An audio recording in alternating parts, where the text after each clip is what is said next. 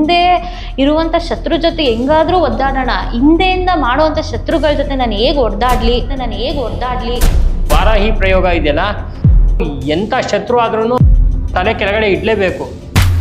ಮನುಷ್ಯನನ್ನ ಜಾರಣ, ಮಾರಣ, ಮೋಹನ, ಸ್ತಂಭನ, ಸ್ಥಾಪನ, ಉದ್ವೇಷನ, ಉಚ್ಚಾಟನ ಅಂತ ಹೇಳ್ತೀವಿ. ಅಷ್ಟಾವಿಧ ಪ್ರಯೋಗಗಳು.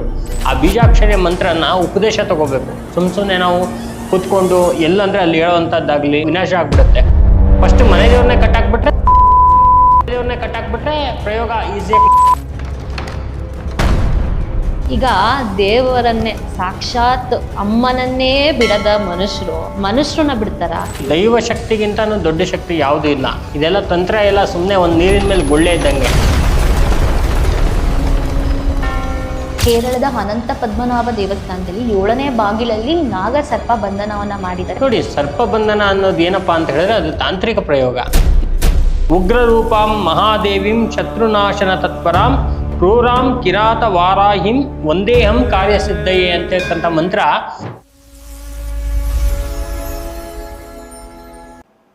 ನಮಸ್ಕಾರ. ನಿಗೂಢತೆಯ ಹುಡುಕಾಟದಲ್ಲಿ ಸತ್ಯ ಅಸತ್ಯಗಳ ಬೆನ್ನತ್ತಿ ಉತ್ತರವೇ ಸಿಗದ ಪ್ರಶ್ನೆಗಳಿಗೆ ಉತ್ತರವೇ ಪಾಡ್ಕಾಸ್ಟ್ ವಿತ್ ಋಷಿ ಪೃಥ್ವಿಗೆ ಸ್ವಾಗತ, ಸುಸ್ವಾಗತ. ಪೃಥ್ವಿ, ಮುಂದೆಯಿಂದ ಮಾಡುವಂತಹ ಅಥವಾ ಮುಂದೆ ನಮಗೆ ಕಾಡುವಂತಹ ಶತ್ರುಗಳ ಜೊತೆ ನಾವು ಹೇಗಾದರೂ ಯುದ್ಧ ಮಾಡ್ಬೋದು. ಅದೇ ಹಿಂದೆಯಿಂದ ನೋವನ್ನು ಕೊಡುವಂಥ ಶತ್ರುಗಳಿಂದ ನಾವು ಹೇಗೆ ಪರಿಹಾರಗಳನ್ನ ಮಾಡ್ಕೋಬಹುದು ಅಂತ ಕೇಳುವಂಥವರಿಗೆ ಈ ಪಾಡ್ಕಾಸ್ಟ್.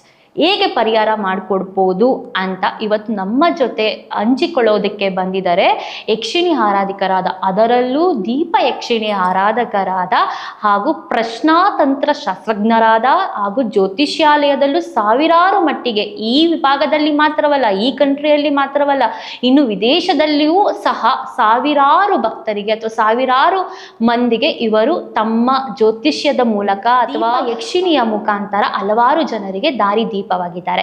ಅವರೇ ನಮ್ಮ ಸಂತೋಷ್ ಭಟ್ ಗುರೂಜಿಯವರು. ಗುರೂಜಿಯವರೇ, ನಮ್ಮ ಕಾರ್ಯಕ್ರಮಕ್ಕೆ ಸ್ವಾಗತ.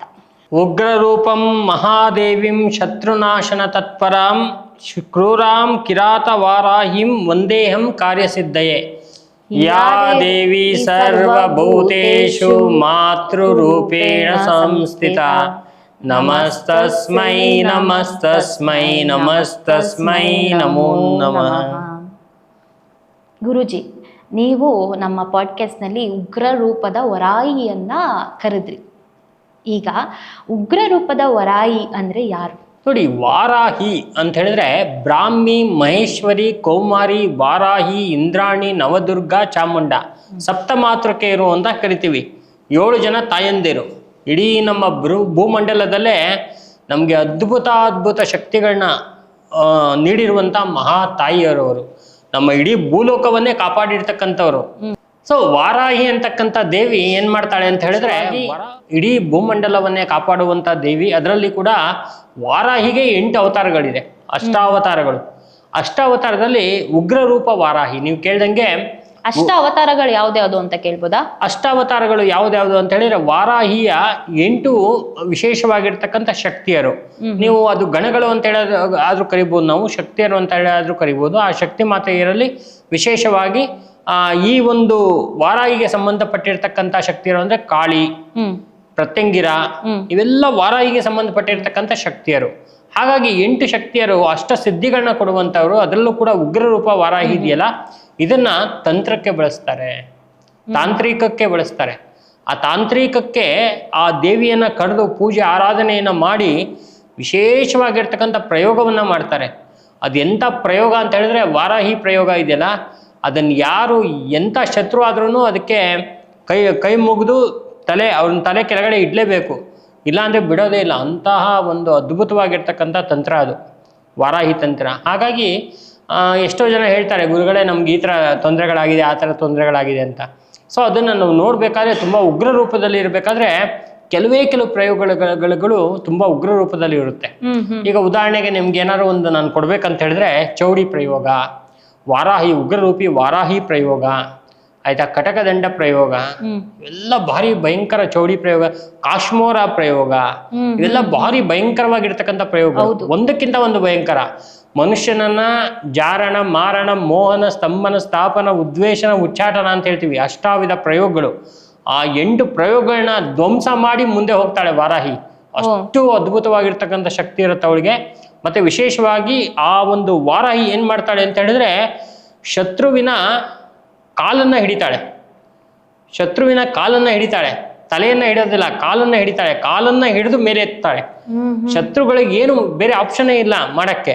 ಆ ತರ ಬಂಧನವನ್ನ ಮಾಡ್ಬಿಡ್ತಾಳೆ. ಅಂತಹ ಬಂಧನ ಪ್ರಯೋಗಕ್ಕೆ ಈ ವಾರಾಹಿ ತಂತ್ರವನ್ನ ಯೂಸ್ ಮಾಡ್ತಾರೆ. ಈಗ ಉಗ್ರ ರೂಪದ ವಾರಾಹಿಯ ಮಂತ್ರ ಯಾವ್ದಾದ್ರು ಗೊತ್ತಿದ್ರೆ ನೋಡಿ. ಉಗ್ರ ರೂಪೀಯ ವಾರಾಹಿಯ ಮಂತ್ರ ಅಂತ ಹೇಳಿದ್ರೆ ಈಗ ನಾನು ಹೇಳ್ದಂಗೆ ವಿಶೇಷವಾಗಿ ಉಗ್ರ ರೂಪಾಂ ಮಹಾದೇವಿಂ ಶತ್ರುನಾಶನ ತತ್ಪರಾಂ ಕ್ರೂರಾಂ ಕಿರಾತ ವಾರಾಹಿಂ ಒಂದೇಹಂ ಕಾರ್ಯಸಿದ್ಧಯೇ ಅಂತಕ್ಕಂಥ ಮಂತ್ರ ಶ್ಲೋಕ ಮಂತ್ರದಲ್ಲಿ ಎಲ್ಲ ಹೇಳ್ಬೋದು. ಆದ್ರೆ ಬೀಜಾಕ್ಷರಿ ಮಂತ್ರ ಇದೆಯಲ್ಲ ಅದು ಅದ್ಭುತವಾಗಿರ್ತಕ್ಕಂಥ ಮಂತ್ರ. ಆ ಬೀಜಾಕ್ಷರಿ ಮಂತ್ರನ ಉಪದೇಶ ತಗೋಬೇಕು. ಸುಮ್ಮನೆ ನಾವು ಕೂತ್ಕೊಂಡು ಎಲ್ಲಂದ್ರೆ ಅಲ್ಲಿ ಹೇಳುವಂಥದ್ದಾಗ್ಲಿ ಅಥವಾ ಅದನ್ನ ಹೇಳುವಂಥದ್ದು ಪ್ರಕಟ ಆಗ್ಬಿಡ್ತಾಳೆ ಅವಳು. ಉಗ್ರ ರೂಪದ ವಾರಾಹಿ ಪ್ರಕಟ ಆಗ್ತಾಳೆ. ಪ್ರಕಟ ಆಯ್ತು ಅಂತ ಏನಾಗುತ್ತದೆ, ತುಂಬಾ ವಿನಾಶ ಆಗ್ಬಿಡುತ್ತೆ. ಹಾಗಾಗಿ ಅದನ್ನು ತಂತ್ರಕ್ಕೆ ಮಾತ್ರ ನಾವು ಯೂಸ್ ಮಾಡ್ಬೇಕಾಗತ್ತೆ. ಹಾಗಾಗಿ ಆ ಸಿದ್ಧಿ ಮಾಡ್ಕೊಂತ ಇರ್ತಕ್ಕಂಥವ್ರು ಆ ಉಗ್ರ ರೂಪದ ವಾರಾಹಿ ಮಂತ್ರವನ್ನ ಮೂಲ ಮಂತ್ರವನ್ನ ತಗೊಂಡು ಸಿದ್ಧಿಯನ್ನ ಮಾಡ್ಕೊಂಡು ಸಕಲ ಕೆಲಸವನ್ನು ಮಾಡುವ. ಕೆಲಸ ಅಂದ್ರೆ ಏನು? ಒಳ್ಳೆಯದನ್ನ ಮಾತ್ರ ಮಾಡಬಹುದು. ಒಳ್ಳೆ ಕೆಲಸಗಳನ್ನ ಮಾಡೋದಕ್ಕೆ ಉಗ್ರ ರೂಪದ ವಾರಾಹಿಯ ಒಂದು ಮಂತ್ರದ ಒಂದು ಶಕ್ತಿಯನ್ನ ತಗೊಂಡು ಬಳಸಿದಾಗ ಅದು ಬಹಳ ಚೆನ್ನಾಗಿ ವರ್ಕ್ ಆಗುತ್ತೆ.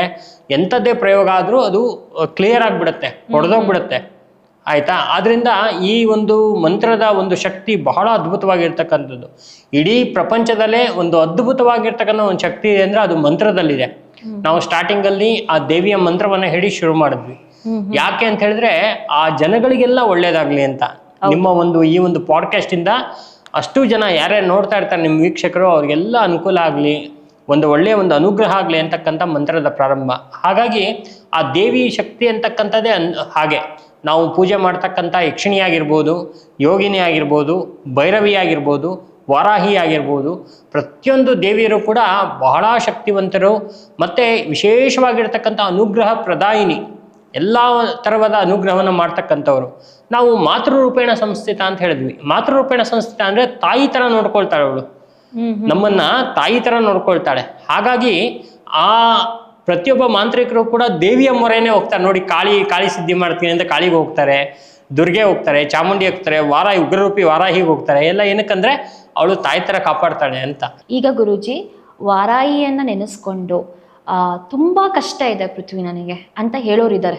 ತುಂಬಾ ಕಷ್ಟ ಇದೆ. ಈಗ ಮುಂದೆ ಇರುವಂತ ಶತ್ರು ಜೊತೆ ಹೆಂಗಾದ್ರೂ ಒದ್ದಾಡೋಣ, ಹಿಂದೆಯಿಂದ ಮಾಡುವಂತ ಶತ್ರುಗಳ ಜೊತೆ ನಾನು ಹೇಗೆ ಒದ್ದಾಡ್ಲಿ ಅಂತ ಕೇಳೋ ಅಂಥವ್ರು ನನಗೆ ತುಂಬಾ ಈ ಇನ್ಸ್ಟಾಗ್ರಾಮ್ ಮೆಸೇಜಲ್ಲಿ ಆಗಿರ್ಬೋದು ಅಥವಾ ಈ ನನ್ನ ಯೂಟ್ಯೂಬ್ ಚಾನಲಲ್ಲಿ ಕಮೆಂಟ್ಸ್ ಬಾಕ್ಸಲ್ಲಿ ಆಗಿರ್ಬೋದು ತುಂಬಾ ಜನ ಈ ಥರ ಮೆಸೇಜ್ ಮಾಡಿದ್ದಾರೆ. ಸೊ ದಟ್ ಅವರಿಗೋಸ್ಕರ ಯಾವುದಾದ್ರೂ ವಾರಾಹಿಯನ್ನ ನೆನೆಸ್ಕೊಂಡು ಏನಾದರೂ ಒಂದು ನಿಂಬೆಹಣ್ಣಿನ ಒಂದು ಮಂತ್ರಗಳನ್ನ ಅಥವಾ ನಿಂಬೆಹಣ್ಣಿನ ಪ್ರಯೋಗಗಳನ್ನ ಯಾವುದಾದ್ರೂ ಒಂದು ಹೇಳೋದಾಗಿದ್ರೆ, ಈ ತರ ಮಾಡಿ ಒಂದು ನಿಂಬೆಹಣ್ಣ ತಗೊಬಂದಿ ಅನ್ನೋದು ಏನಾದ್ರೂ ಒಂದಾಗಿದ್ರೆ, ಅಂದ್ರೆ ಅದು ಅವರು ಧರ್ಮದಿಂದ ಇರ್ಬೇಕು. ಧರ್ಮದಿಂದ ಇದ್ದು ಅವರು ಇನ್ನೊಬ್ರು ಅಧರ್ಮದಿಂದ ಮಾಡ್ತಾ ಇದ್ರೆ ಅಂತವರಿಗೆ ನೀವು ಯಾವ ಪ್ರಯೋಗಗಳನ್ನ ಹೇಳ್ತೀರಾ? ನೋಡಿ, ವಾರಾಹಿ ಉಗ್ರರೂಪಿ ವಾರಾಹಿಯ ಪ್ರಥಮ ಪ್ರಯೋಗ ಯಾವುದಂದ್ರೆ ಎಲ್ಲಾ ದೃಷ್ಟಿಗಳನ್ನ ಒಡೆದಾಕುವಂತ ಪ್ರಯೋಗ. ನೋಡಿ, ದೃಷ್ಟಿ ಅಂತ ಕಣ್ಣು ದೃಷ್ಟಿಗೆ ಕಲ್ಲೇ ಒಡೆದೋಗುತ್ತೆ ಅಂತ ಹೇಳ್ತಾರೆ. ಸೊ ಅಂತ ದೃಷ್ಟಿ ದೋಷಗಳನ್ನ ತೆಗೆಯೋದಕ್ಕೆ ವಿಶೇಷವಾಗಿರ್ತಕ್ಕಂಥ ವಾರಾಹಿ ಮಂತ್ರದಿಂದ ಪ್ರಯೋಗವನ್ನ ಮಾಡ್ಬೋದು. ಏನ್ ಮಾಡ್ಬೋದು ಅಂತ ಹೇಳಿದ್ರೆ, ಕರ್ಪೂರ ಅಥವಾ ದೀಪದ ಒಂದು ಹೊಗೆ ಏನಿದೆ ಆ ಹೊಗೆಗೆ ಲಿಂಬೆಹಣ್ಣನ್ನ ಹಿಡಿಯೋದು. ಫುಲ್ ಕಪ್ಪಾಗತ್ತೆ, ಲಿಂಬೆಹಣ್ಣು ಫುಲ್ ಕಪ್ಪಾಗತ್ತೆ. ಕಪ್ಪಾದಾಗ ಏನಾಗತ್ತೆ ಅಂತ ಹೇಳಿದ್ರೆ, ಆ ಒಂದು ಕಪ್ಪಾಗಿರ್ತಕ್ಕಂಥ ಲಿಂಬೆಹಣ್ಣಿನ ಮೇಲೆ ಒಂದು ಪೆನ್ನನ್ನಾಗ್ಲಿ ಅಥವಾ ಏನಾದ್ರು ಒಂದು ವಸ್ತುವನ್ನ ತಗೊಂಡು ಅದರ ಮೇಲೆ ನಮ್ಮಗಳ ಹೆಸರನ್ನ ನಕ್ಷತ್ರವನ್ನ ಬರೆದುಬಿಟ್ಟು ಅದಕ್ಕೆ 8 ಲವಂಗಗಳನ್ನ ಚುಚ್ಚಬೇಕು. 8 ಲವಂಗಗಳನ್ನ ಚುಚ್ಚಿಬಿಟ್ಟು ಅದನ್ನ ನಾವು ದಕ್ಷಿಣ ದಿಕ್ಕಿನಲ್ಲಿ ಹೋಗಿ ಅದನ್ನ ವಿಶೇಷವಾಗಿರ್ತಕ್ಕಂಥ 3 ದಾರಿ ಎಲ್ಲಿ ಕೊಡುತ್ತೋ, ದಕ್ಷಿಣ ದಿಕ್ಕಲ್ಲೇ ಹೋಗ್ಬೇಕು, 3 ದಾರಿ ಎಲ್ಲಿ ಕೊಡುತ್ತೋ ಅಲ್ಲಿ ಅದನ್ನ ಹೊಡೆದ್ಬಿಟ್ಟು ಬಂದ್ರೆ ನಮ್ಮ ಸರ್ವ ದೃಷ್ಟಿಗಳು ಹೋಗ್ಬಿಡುತ್ತೆ. ಅಂತಹ ಒಂದು ವಾರಾಹಿ ಪ್ರಯೋಗ ಇದೆ. 8 ಲವಂಗಗಳು. ಲವಂಗ ಯಾಕೆ ತಗೊಳ್ತೀವಿ ಅಂದ್ರೆ, ನೋಡಿ, ಲವಂಗ ಅಂತಕ್ಕಂಥದ್ದು ಕಪ್ಪು ವಸ್ತು. ನಾವು ಲಿಂಬೆಹಣ್ಣು ಪೂರ್ತಿ ಕಪ್ಪು ಮಾಡ್ಕೊಳ್ತೀವಿ. ಅಂದ್ರೆ ವಾರಾಹಿಗೆ ವಿಶೇಷವಾಗಿರ್ತಕ್ಕಂಥ ಪ್ರಿಯ ಅವಳು, ಕಪ್ಪು ಅಂತಕ್ಕಂಥದ್ದು. ಹೌದಾ? ಹಾಗಾಗಿ ವರಾಹ ರೂಪ ವಾರಾಹಿ ಬಹಳ ವಿಶೇಷವಾಗಿ ಆ ಕಪ್ಪು ಬಣ್ಣಕ್ಕೆ ಆಕರ್ಷಿತಳಾಗ್ತಾಳೆ. ಹಾಗಾಗಿ ಆ ಒಂದು ಪ್ರಯೋಗದಿಂದ ನಮ್ಮ ದೃಷ್ಟಿಗಳು ನೋಡಿ, ದೃಷ್ಟಿ ತಗಲಾಗಲು ನಮ್ಗೇನು ಮಾಡ್ತಾರೆ, ಒಂದು ಕಪ್ಪು ನೀರನ್ನ ಸುಳಿದು ಬಿಸಾಕ್ತಾರೆ. ಆಯ್ತಾ? ಕಪ್ಪನ್ನ ಹಚ್ತಾರೆ ನಮ್ಗೆ. ಈ ಪರ್ಕೆನ ಸುಟ್ಟು ಅಜ್ಜಿಂದಿರು ಹಿಂದೆ ಕಪ್ಪನ್ನು ತಂದು ಹಚ್ತಾ ಇದ್ರು ಹಣೆಗೆ. ಸೊ ಏನಕ್ಕೆ ಅಂದ್ರೆ ದೃಷ್ಟಿಗಳೆಲ್ಲ ಹೋಗ್ಲಿ ಅಂತ. ಆ ಕಪ್ಪನ್ನು ನೋಡಿದಾಗ ರಾಕ್ಷಸರು ಎದ್ರುಕೊಳ್ತಾರೆ, ಓಡೋಗ್ತಾರೆ. ನೋಡಿ ಅಯ್ಯಪ್ಪ ಸ್ವಾಮಿ ಮಾಲೆ ಆಗದಾಗ ಎಲ್ಲರೂ ಕಬ್ಬು ವಸ್ತ್ರವನ್ನ ಹಾಕೊಳ್ತಾರೆ ಫಸ್ಟ್. ಯಾಕೆಂದ್ರೆ ಆ ಮಹಿಷಿ ಅಂತಕ್ಕಂಥವ್ರು ಕಾಡಿಸ್ತಾಳೆ ಅಂತ. ಯಾರು ಬಾಲಕರು ಇರ್ತಾರೆ ಅವರಿಗೆ ಮಹಿಷಿ ಕಾಡಿಸ್ತಾಳೆ, ಆ ಕಪ್ಪು ಬಟ್ಟೆ ನೋಡಿದಾಗ ಎದುರ್ಕೊಳ್ತಾಳೆ ಅಂತ. ಕಾಮ, ಕ್ರೋಧ, ಲೋಭ, ಮೋಹ, ಮದ, ಮಾತ್ಸರ್ಯಗಳನ್ನ ತಡೆಯುವಂತಹ ಶಕ್ತಿ ಕಪ್ಪುಗಿದೆ, ಬ್ಲ್ಯಾಕ್ಗೆ. ಹಾಗಾಗಿ ಆ ಕಪ್ಪನ್ನ ಹಚ್ಚಿ ವಿಶೇಷವಾಗಿ ಆ ಒಂದು ಪ್ರಯೋಗವನ್ನ ಮಾಡುವಂಥದ್ದು. ಇದು ಯಾವುದೇ ರೀತಿ ಒಬ್ಬ ವ್ಯಕ್ತಿನ ನೋಡಿ ವೀಕ್ಷಕರೇ, ಇದು ಯಾವುದೇ ರೀತಿ ಒಬ್ಬ ವ್ಯಕ್ತಿಗೆ ಸಂಬಂಧಪಟ್ಟಿರೋದಲ್ಲ, ತಮಗೆ ಆದಂತಹ ದೃಷ್ಟಿಗಳನ್ನ ತೆಗೆಯೋದಕ್ಕೋಸ್ಕರ ಈ ಪ್ರಯೋಗ.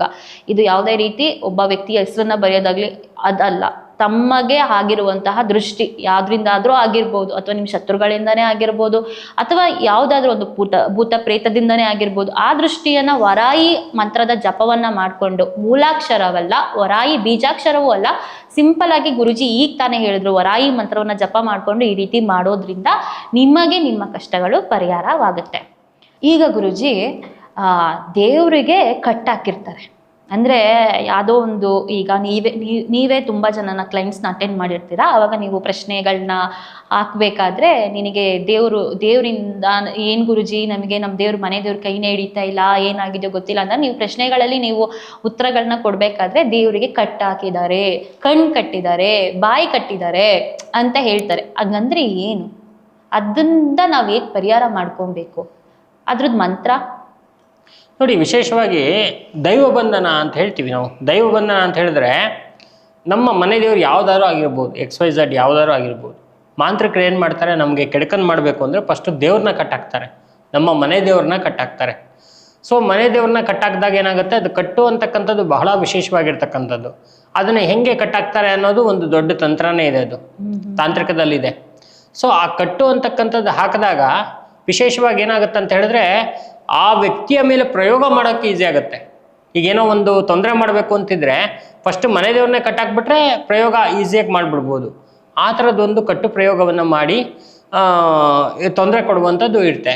ಈ ದೈವಕ್ಕೆ ಕಟ್ಟಾಕೋದು ಹೆಂಗೆ ಅಂತ ಹೇಳಿದ್ರೆ, ದೈವಕ್ಕೆ ಏನು ಮಾಡ್ತಾರೆ ಅಂತ ಹೇಳಿದ್ರೆ ಕೆಲವು ಮಂತ್ರಗಳು, ಉಲ್ಟಾ ಮಂತ್ರಗಳಿದೆ, ರಿವರ್ಸ್ ಮಂತ್ರಗಳು. ಆ ರಿವರ್ಸ್ ಮಂತ್ರಗಳಿಂದ ಏನು ಮಾಡ್ತಾರೆ, ಕೆಲವು ದೇವರಿಗೆ ಅಪ್ರಿಯವಾಗಿರ್ತಕ್ಕಂಥ ವಸ್ತುಗಳು. ಯಾವಾಗಲೂ ದೇವರು ಏನು ವಿಶೇಷವಾಗಿರ್ತಕ್ಕಂಥ ಪರಿಮಳಯುಕ್ತವಾಗಿರ್ತಕ್ಕಂಥ ಹೂಗಳಿಂದ ಅಲಂಕರಣನಾಗಿರ್ತಾನೆ, ಒಳ್ಳೆಯ ನೈವೇದ್ಯ ತಿಂತಾ ಇರ್ತಾನೆ, ಆಯಿತಾ, ಆರಾಮಾಗಿ ರಾಜಭೋಗದಲ್ಲಿ ಇರ್ತಾನೆ. ಅದನ್ನೇ ಉಲ್ಟಾ ಮಾಡ್ತಾರೆ ಇವರು ಮಾಂತ್ರಿಕರು. ಉಲ್ಟಾ ಮಾಡಿದಾಗ ಏನಾಗುತ್ತೆ ಅಂದರೆ ಅಲ್ಲಿ ದೈವ ದಿಗ್ಬಂಧನ ಆಗುತ್ತೆ. ದಿಗ್ಬಂಧನ ಆಗೋದಾಗ ಇವನು ಎಷ್ಟೇ ಹೋಗಿ ಅಲ್ಲಿ ಬೇಡ್ಕೊಂಡಾಗ ಅದು ಅವರಿಗೆ ಅನುಕೂಲ ಆಗೋದಿಲ್ಲ. ಅನುಕೂಲ ಆಗದೆ ಇದ್ದಾಗ ಏನಾಗುತ್ತೆ ಅಂದರೆ, ಏನಪ್ಪ ಇದು ನಮ್ಗೆ ದೇವ್ರು ಕಾಪಾಡ್ತಾ ಇಲ್ವಲ್ಲ ಅಂತ ಪೂಜೆ ಮಾಡೋದನ್ನೇ ಬಿಟ್ಬಿಡ್ತಾನೆ ಇವನು. ಪೂಜೆ ಮಾಡೋದನ್ನ ಬಿಟ್ಟಾಗ ಏನಾಗುತ್ತೆ, ಇವನು ಮಾಂತ್ರಿಕ ನೆಕ್ಸ್ಟ್ ಆಪ್ಷನ್ ಏನಂದರೆ, ಒಂದು ನೆಕ್ಸ್ಟ್ ಏನಾದ್ರು ಸ್ಟೆಪ್ ಏನಂದರೆ, ಆ ವ್ಯಕ್ತಿಗೆ ಏನು ಪ್ರಯೋಗ ಮಾಡಬೇಕು ಅಂತಕ್ಕಂಥದ್ದನ್ನು ಯೋಚನೆ ಮಾಡಿ ಆ ಒಂದು ಪ್ರಯೋಗವನ್ನು ಯಾರು ಮಾಡ್ಸಕ್ಕೆ ಹೇಳಿರ್ತಾರೋ ಆ ಒಂದು ಪ್ರಯೋಗವನ್ನು ಇವನು ಮಾಡಿಬಿಡ್ತಾನೆ. ಸೊ ಹಾಗಾಗಿ ದೈವಬಂಧನ ಅಂತಕ್ಕಂಥದ್ದು ವಿಶೇಷ ಒಂದು ಸೂಚನೆ. ಅದು ದೇವಸ್ಥಾನಗಳಲ್ಲಿ, ಕೆಲವು ದೇವಸ್ಥಾನಗಳು ಚೆನ್ನಾಗಿ ನಡಿಬೇಕಾದ್ರೆ ಅಲ್ಲೂ ಕೂಡ ದೈವಬಂಧನವನ್ನು ಮಾಡುವಂಥದ್ದಿದೆ. ಅಥವಾ ಒಂದು ವ್ಯಕ್ತಿಯ ಮೇಲೆ ಒಂದು ಪ್ರಯೋಗ ಮಾಡಿಸ್ಬೇಕಾದ್ರೆ ಅಲ್ಲೂ ಕೂಡ ಬಂಧನವನ್ನು ಮಾಡ್ತಾರೆ. ಹಾಗಾಗಿ ಈ ಬಂಧನವನ್ನು ಮಾಡಿದಾಗ ಇದು ಬಹಳ ಒಂದು ತೊಂದರೆ ಅನುಭವಿಸುವಂಥದ್ದು. ದೇವಸ್ಥಾನ ಆಗಿರ್ಬೋದು, ಆ ವ್ಯಕ್ತಿ ಆಗಿರ್ಬೋದು, ತುಂಬ ತೊಂದರೆಯನ್ನು ಅನುಭವಿಸ್ತಾನೆ. ದೇವಸ್ಥಾನ ಅಂತ ಹೇಳಿದಾಗ ನನಗೊಂದು ವಿಚಾರ ನೆನಪಿಗೆ ಬಂತು. ಈಗ ಒಂದು ಹಳ್ಳಿಲಿ ಅದು ಈ ಥರ ದೈವ ಬಂಧನ ಆಗಿದೆ, ಅಥವಾ ಇನ್ನೊಂದು ಊರಿಗೆ ಕರ್ಕೊಂಡೋಗಿ ಆ ದೇವಿಗೆ ಶಕ್ತಿನ ತುಂಬಿ ಕರ್ಕೊಂಡು ಬಂದಿದ್ರು. ಸೊ ಈ ಕಾನ್ಸೆಪ್ಟ್ ಬಗ್ಗೆ ಹೇಳ್ತೀರಾ? ನೋಡಿ, ಏನಾಗುತ್ತೆ ಅಂತ ಹೇಳಿದ್ರೆ ಹಳ್ಳಿಗಳಲ್ಲಿ ಜಾಸ್ತಿ ನಡೆಯುತ್ತೆ ದೈವಕ್ಕೆ ಕಟ್ಟಾಕೋದು ಅಂತ. ಯಾಕಂದ್ರೆ ದೈವದಲ್ಲಿ ತುಂಬಾ ಶಕ್ತಿ ಇರುತ್ತೆ, ತುಂಬಾ ಎನರ್ಜಿ ಇರುತ್ತೆ. ಹೋಗುವಂತ ದೇವ್ರಿಗೆ ಭಕ್ತಾದಿಗಳಿಗೆಲ್ಲ ಚೆನ್ನಾಗಿ ಅನುಕೂಲ ಆಗ್ತಾ ಇರುತ್ತೆ. ಆಗ ಏನಾಗುತ್ತೆ ಅಂತ ಹೇಳಿದ್ರೆ ಕೆಲವರು ಮಾಂತ್ರಿಕರು ಏನ್ ಮಾಡ್ತಾರೆ, ಇನ್ನೊಂದು ದೇವಸ್ಥಾನವನ್ನ ಕಟ್ಟಿರ್ತಾರೆ, ಆ ದೇವಸ್ಥಾನ ಚೆನ್ನಾಗಾಗ್ಲಿ ಅಂತಕ್ಕಂಥ ಉದ್ದೇಶದಲ್ಲಿ ಈ ದೇವಸ್ಥಾನದಲ್ಲಿ ಇರ್ತಕ್ಕಂಥ ದೇವರ ಶಕ್ತಿಯನ್ನು ತೆಗಿಬೇಕು ಅಂತ ಹೇಳಿ ದೈವ ಬಂಧನವನ್ನ ಮಾಡ್ತಾರೆ. ದೈವ ಬಂಧನವನ್ನು ಮಾಡ್ತಾರೆ ಅಂದ್ರೆ ಆ ದೇವಸ್ಥಾನದ ಸುತ್ತಲೂ ಏನಾದ್ರು ಒಂದು ಹೂತಾಕುವಂಥದ್ದು ಒಂದಷ್ಟು ದೂರದಲ್ಲಿ, ಆಯ್ತಾ, ಮತ್ತೆ ದೇವರ ಒಂದು ಶಕ್ತಿಯನ್ನ ಅಲ್ಲಿಗೆ ಎಳೆದು ಬೇರೆ ದೇವರಿಗೆ ಅಲ್ಲಿ ಕೊಡುವಂಥದ್ದು, ಈ ಥರದ್ದೆಲ್ಲ ಮಾಂತ್ರಿಕ ತಂತ್ರದಲ್ಲಿ ನಡೆಯುತ್ತೆ. ಹಾಗಾಗಿ ಇವೆಲ್ಲವೂ ಕೂಡ ಮಂತ್ರದಲ್ಲೇ ನಡೆಯುವಂಥದ್ದು. ಅದಕ್ಕೆ ಕೆಲವು ವಸ್ತುಗಳನ್ನ ಬಳಸಿ ಈ ಥರದ್ದೊಂದು ಪ್ರಯೋಗವನ್ನು ಮಾಡಿಬಿಡ್ತಾರೆ. ಅದು ಕೂಡ ಜಾಸ್ತಿಯಾಗಿ ಕೆಲವು ಹಳ್ಳಿಗಳ ಕಡೆ ಆಗಲಿ ಈ ಕಡೆ ಎಲ್ಲ ತುಂಬ ನಡೆಯುತ್ತೆ. ನೀವು ಕೆಲವು ಮೀಡಿಯಾಗಳಲ್ಲಿ ಏನಾಗುತ್ತೆ ಅಂದರೆ, ಕೆಲವು ಮೀಡಿಯಾಗಳಲ್ಲಿ ನಾನು ನೋಡಿದ್ದೆ ಸುಮಾರು ವರ್ಷದ ಹಿಂದೆ, ದೇವಸ್ಥಾನಗಳಲ್ಲಿ ಒಂದು ಕೊಬ್ಬರಿ ಚಿಪ್ಪಲ್ಲಿ ಕೆಲವರು ಏನೋ ಒಂದು ವಸ್ತುಗಳನ್ನ ಇಟ್ಟು ಅಲ್ಲಿ ದೇವಸ್ಥಾನ ಹಿಂದೆ ಇಟ್ಬಿಟ್ಟು ಹೋಗ್ಬಿಟ್ಟಿದ್ದಾರೆ, ತಾಂತ್ರಿಕ ಮಾಡಿಬಿಟ್ಟಿದ್ದಾರೆ ದೇವಸ್ಥಾನಕ್ಕೆ ಅಂಥೇಳಿ ದೊಡ್ಡದಾಗಿ ನ್ಯೂಸ್ ಆಯಿತು. ಸೊ ಅದು ಏನಪ್ಪ ಅಂತ ಹೇಳಿದ್ರೆ ದೇವರಿಗೆ ದಿಗ್ಬಂಧನ ಮಾಡುವಂಥದ್ದು, ಹೌದಾ? ಬಂಧನ ಮಾಡಿ ಆ ದೇವರಲ್ಲಿರುವಂಥ ಶಕ್ತಿಯನ್ನು ತೆಗೆಯುವಂಥದ್ದು. ಮುಂದೆ ಏನಾಗುತ್ತಂದ್ರೆ ಆ ದೇವರಿಗೆ ಅಷ್ಟು ಪವರ್ ಇರೋದಿಲ್ಲ. ಇಲ್ಲೇ ಎಷ್ಟೋ ದೇವಸ್ಥಾನಗಳು ನೋಡಿರ್ತೀವಿ ನಾವು, ಆ ದೇವಸ್ಥಾನದಲ್ಲಿ ತುಂಬ ಚೆನ್ನಾಗಿ ಜನ ಬರ್ತಾ ಇರ್ತಾರೆ, ಎಲ್ಲ ಅನುಕೂಲ ಆಗ್ತಾ ಇರುತ್ತೆ. ಸಡನ್ ಆಗಿ ಇದ್ದಕ್ಕಿದ್ದಂಗೆ ಜನ ಕಡಿಮೆ ಆಗುವಂಥದ್ದು, ಅಲ್ಲಿ ಏನು ನಡೀದೇ ಇರುವಂಥದ್ದು, ಈ ಥರದ್ದೆಲ್ಲ ಸಮಸ್ಯೆಗಳಾಗತ್ತೆ. ಇದು ದೇವ ಬಂಧನ. ಈಗ ಇದನ್ನ ನಮ್ಮ ಪಾಡ್ಕಾಸ್ಟ್ನ ಸಾಮಾನ್ಯ ವ್ಯಕ್ತಿಗಳು ಮಾತ್ರ ಅಲ್ಲ, ಈಗ ದೇವಸ್ಥಾನ ಇಟ್ಕೊಂಡಿರುವಂಥ ವ್ಯಕ್ತಿಗಳು ಸಹ ನೋಡ್ತಾ ಇರ್ತಾರೆ. ಈಗ ಅವ್ರ ದೇವಸ್ಥಾನದಲ್ಲೂ ಈ ಥರ ಪ್ರಶ್ನೆಗಳು ಹುಟ್ಟಿರುತ್ತೆ, ಅಥವಾ ಈ ಥರ ಪ್ರಶ್ನೆಗಳಿಗೆ ಹೇಗೆ ಉತ್ತರ ಹುಡುಕ್ಬೇಕು ಅಂತ ಕಾಯ್ತಿರ್ತಾರೆ. ಅವರಿಗೂ ಸಹ ಈ ಥರ ಎಲ್ಲ ಇರುತ್ತೆ ಅಂತ ತುಂಬ ಚೆನ್ನಾಗಿ ಹೇಳ್ಕೊಟ್ರಿ ಗುರುಜಿ, ನಿಮಗೆ ತುಂಬ ಧನ್ಯವಾದಗಳು. ಈಗ ಈ ಕಟ್ಟನ್ನು ಬಿಚ್ಚುವಂತಹ, ಈಗ ನಮ್ಮ ಕುಲದೇವತೆಗೆ ಅಂದರೆ ನಮಗೆ ಕುಟುಂಬಕ್ಕೆ ಸಂಬಂಧಪಟ್ಟಿರೋ ಹಾಗೆ ಕುಲದೇವತೆಗೆ ಏನು ಕಟ್ಟು ಹಾಕಿರ್ತಾರೆ.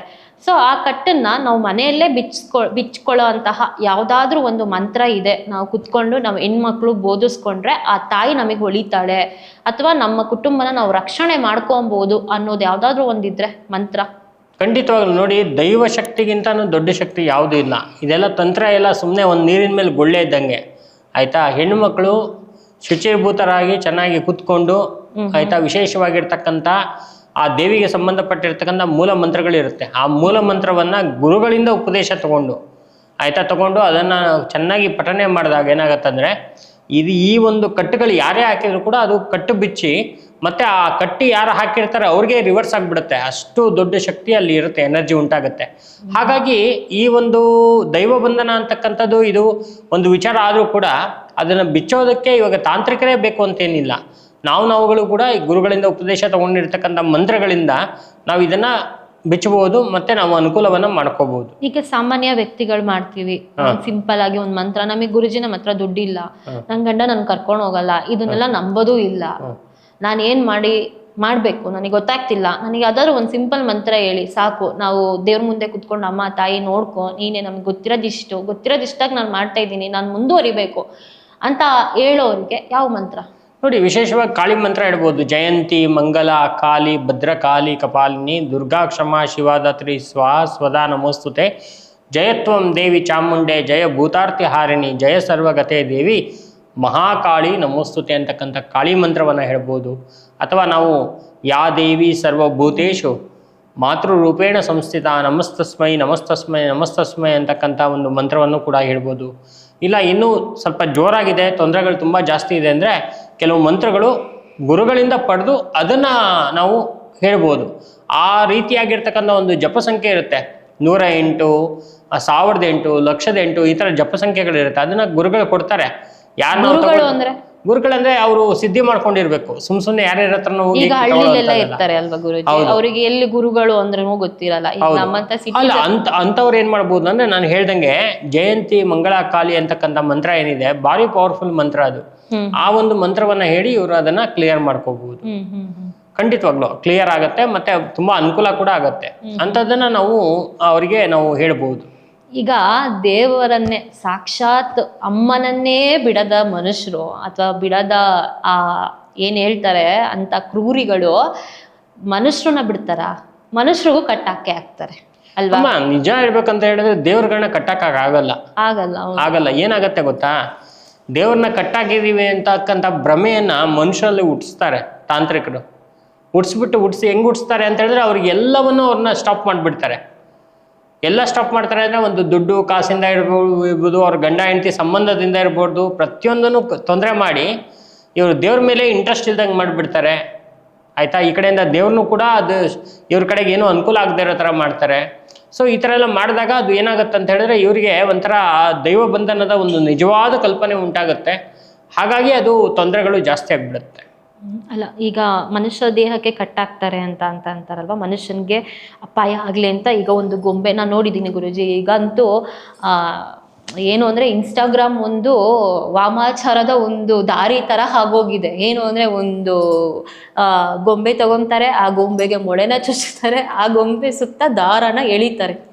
ಅದೇನಾಗ್ಬಿಟ್ಟಿದೆ ಅಂತಂದ್ರೆ ನಮಗೆಲ್ಲ ಲೈವ್ ಪ್ರದರ್ಶನ, ಏನೋ ಒಂದು ಎಂಟರ್ಟೈನ್ಮೆಂಟ್ ಸೀರೀಸ್ನ ನೋಡ್ತಾ ಇದ್ದೀವಿ ಅಂತ.